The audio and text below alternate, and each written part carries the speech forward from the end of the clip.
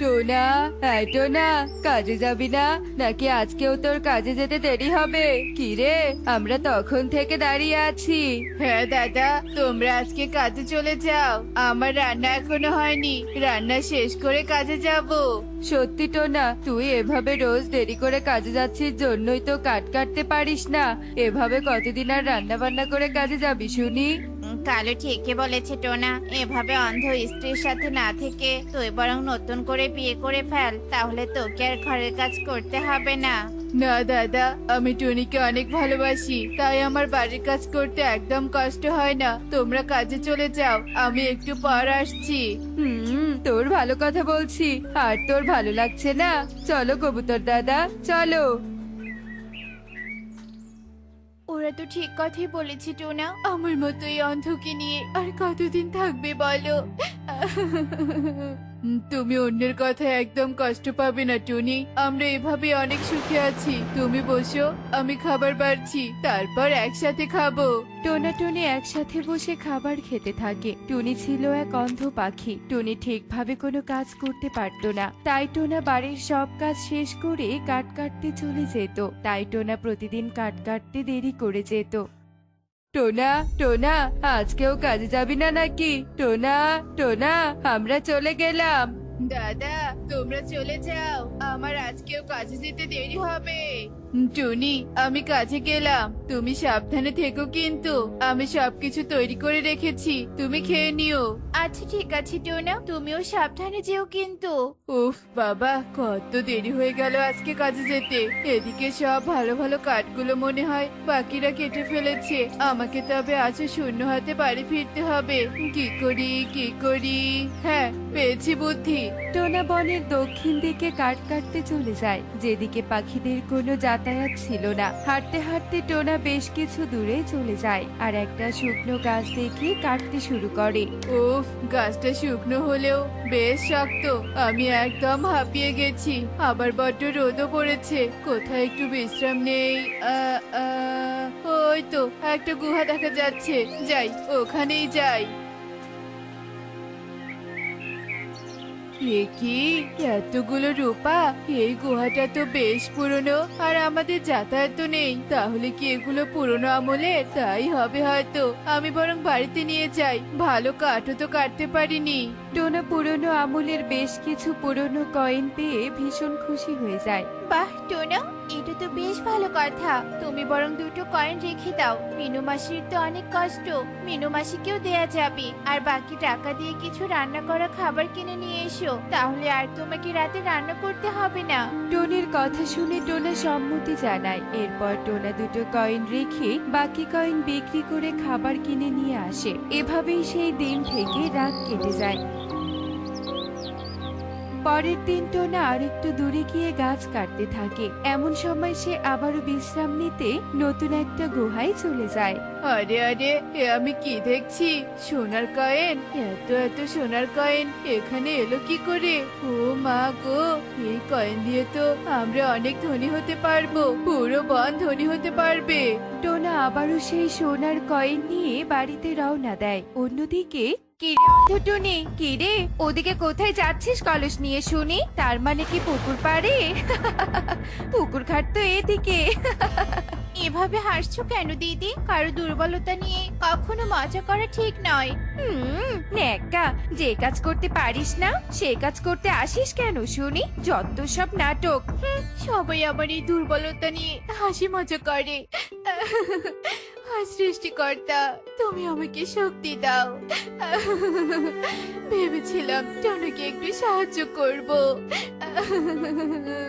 কি টনি, তুমি পুকুর ঘাটে কি করছো শুনি? নিশ্চয় আমাকে সাহায্য করতে পানি নিতে এসেছো। তোমাকে কতবার বলেছি এমন কাজ করবে না, যদি বিপদ হয়। চলো বাড়ি চলো, একটা দারুণ খবর আছে।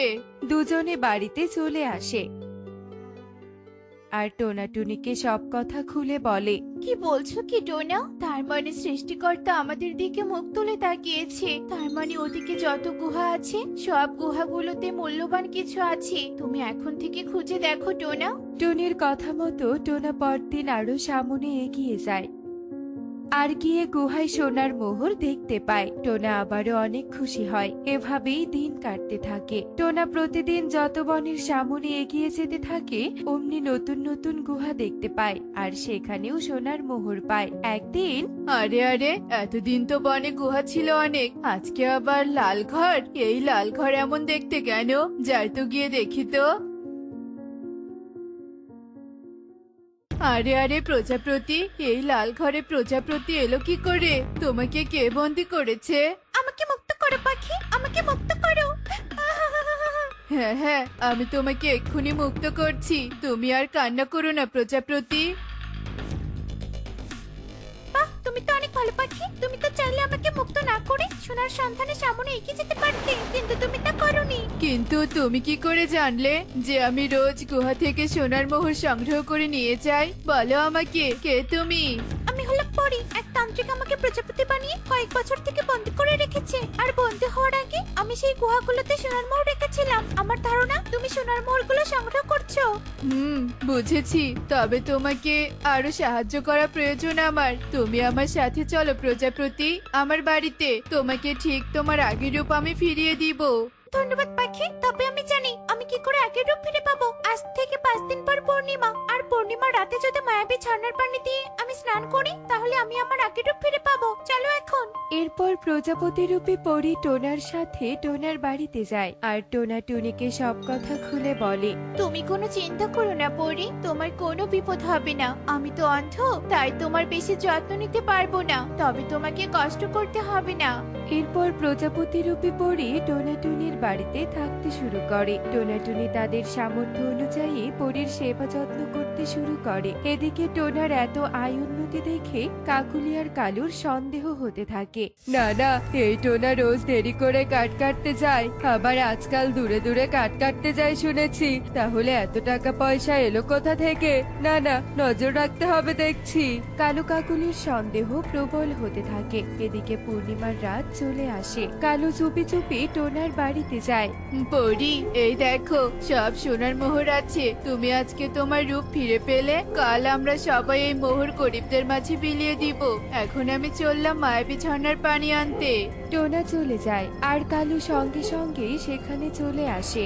কে কে তুমি? এখানে কেন এসেছো? কি চাই তোমার? কি আবার? ওই সোনার মোহরগুলো আমাকে দিয়ে দে বলছি, আমি অনেক ধনী হব। কে এসেছো? কালু দাদা, তুমি এমন লোভ করো না। এগুলো যে কাল সবাইকে দিব আমরা, তখন তুমি এসো। কি? আমি কি ভিক্ষে চাইছি? তারপরে আয়, দিয়ে দে সব, আমি অনেক ধনী হব। পরি কিছুতেই কালুর কথায় রাজি হয় না। এভাবেই বেশ কিছুক্ষণ কেটে যায়। এদিকে টোনা মায়াবী ঝর্ণার পানি নিয়ে আসে। এ কি কালু দাদা, তুমি? আর কি চাইছো তুমি? টোনা, তুমি এসেছো? আগে পানিটা দাও, আমি আমার রূপ ফিরে পেয়ে কালুকে উচিত শিক্ষা দিব। এবার পালাবি কোথায় তুই শয়তান কালু? খুব তোর তাই না? তোকে তো উচিত শিক্ষা দিতেই হবে। এরপর পরে কালুকে বন্দি করে আর জাদু করে টুনির দৃষ্টি ফিরিয়ে দেয়। এতে টোনাটুনি ভীষণ খুশি হয়। এবার আমি আসি টোনাটুনি, পরিরাজ্যে ফিরতে হবে। তোমরা এই সোনার মোহর নিজেদের জন্য রেখে বাকিগুলো বিলিয়ে দাও। আচ্ছা ঠিক আছে পরি, তোমাকে অসংখ্য ধন্যবাদ। এরপর পরি চলে যায় আর এরপর থেকে সবাই সুখে দিন কাটাতে থাকে।